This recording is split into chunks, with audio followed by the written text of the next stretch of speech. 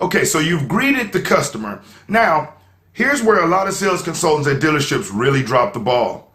They greet this individual, they bring them inside, and they take them straight to the table.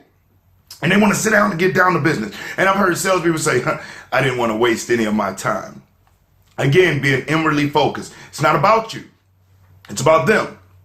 And in my professional experience, I work with dealerships all around the country, have literally helped thousands of sales consultants increase their gross profit margin, their units per month, the dealership's overall ROI on their investment in each individual. They have longer lasting careers. Why? Because they understand this business is fun when it's done the right way. When you understand it's about being outwardly focused rather than inwardly focused. And today's consumers are more educated. If you go online and you look up how to live a longer life, you may have 25 million or so hits. But if you look up how to avoid being ripped off buying a vehicle or buying a car, it's over 100 million.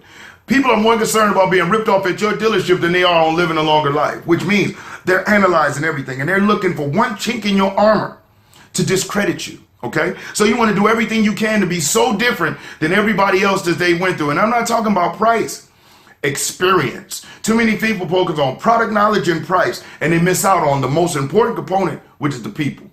So when you greet this person and they've agreed to come into your establishment, the very first thing you should do when you get them in the door is to offer them what they like: coffee, water, if you offer any refreshments, whatever it is that you all offer your guests that are coming into your store.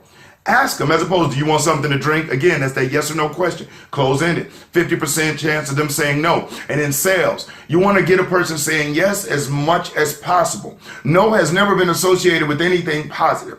So if you don't know the logical response to your close-ended question is yes, don't ask it. But we polled it out to over 900 guests at dealership. When you ask, hey, would you like any coffee or water? Would you like any coffee, water, or one of these danishes?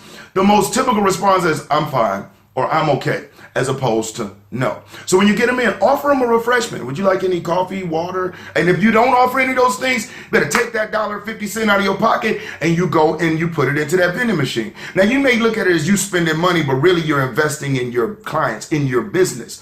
Because under that law of reciprocity, the fact that you are willing to go in your pocket to give them something, to give them a pleasant experience, guess what? The likelihood of them being willing to go in their pocket when it's time for them to make a decision on doing business with you also goes up. So remember that. It's all about reciprocating. So when you bring a person into your store, don't be so quick to rush them to the table. Make sure that you've asked them questions to put them in the most comfortable, relaxed state, and take that opportunity to be a giver rather than a taker. I assure you, it'll take you a long way.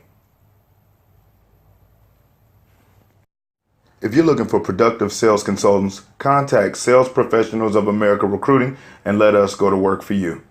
I'm Brian Maxwell, and I look forward to seeing you at the dealership.